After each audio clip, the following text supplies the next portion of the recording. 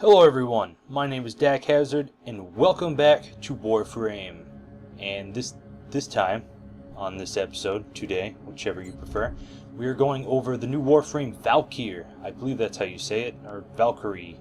It's probably derived from Valkyrie, because that's a real thing.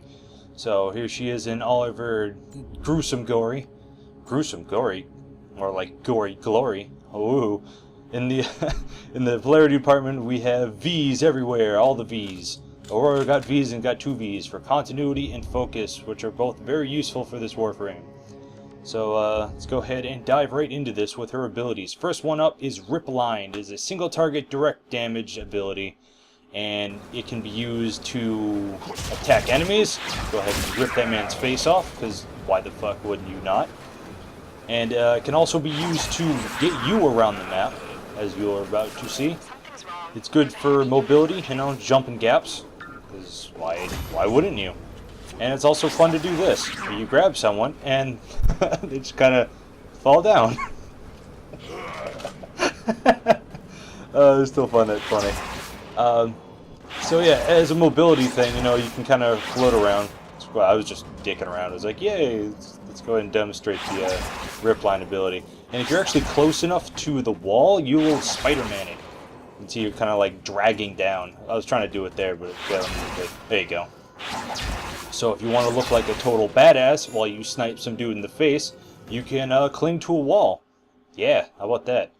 Next up we have War Cry, which is a self-buff for you and teammates, and a debuff for enemies. So right here I'm demonstrating how fast the machete Wraith, I think it is, whatever the hell, how fast that attacks. Now I pop this, and now he's slowed down, it slows his movement speed, and now I'm pretty sure it's a significant increase to melee attack speed. It also affects your charge speed, which is really useful. Next up we have Paralysis, which is a Frontal Cone attack, and it makes enemies flinch, and surprisingly it only uses 5 energy. If you look up in the top right, I have 12 energy, and now I have 8. I think that's like the lowest energy consuming ability ever. It's very strange. It makes sense because it's not super useful. Well, it is useful, but I mean, it's not super powerful. It doesn't stun them for very long, and if something is already stunned, it still doesn't help it at all. As you can see, that guy was kind of frozen. These guys are getting up. That didn't do anything to them. It doesn't slow them down at all. I'm pretty sure that dude just lagged around. That's why he died. And then he get his face pulled off. But if, you know, a fucking disruptor's charging you, you scream in the face, and it slows them down a bit. While it is useful for that, it doesn't do all that much damage, and it's situational at most, or at best. Lastly, we have Hysteria, which is a massive self-melee damage buff. It renders you completely invulnerable to all damage, and it does not use any of your weapons. You get your full-out fists, you can see right here.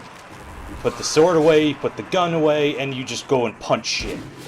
You go berserk, basically. This is, if you ever played Borderlands, this is Brick. You just go fucking nuts and go punching everything. You can't be hurt. Nothing hurts you. You can just fucking destroy. That's good for 2 reasons. Obviously, A, you can just dive into crowds, like kind of like I'm doing. And even like the poison guy, he don't fucking hurt you, it doesn't matter. And the other good side is that if someone goes down and they're in a giant crowd, then you can pop this, go and revive them, because you can revive them.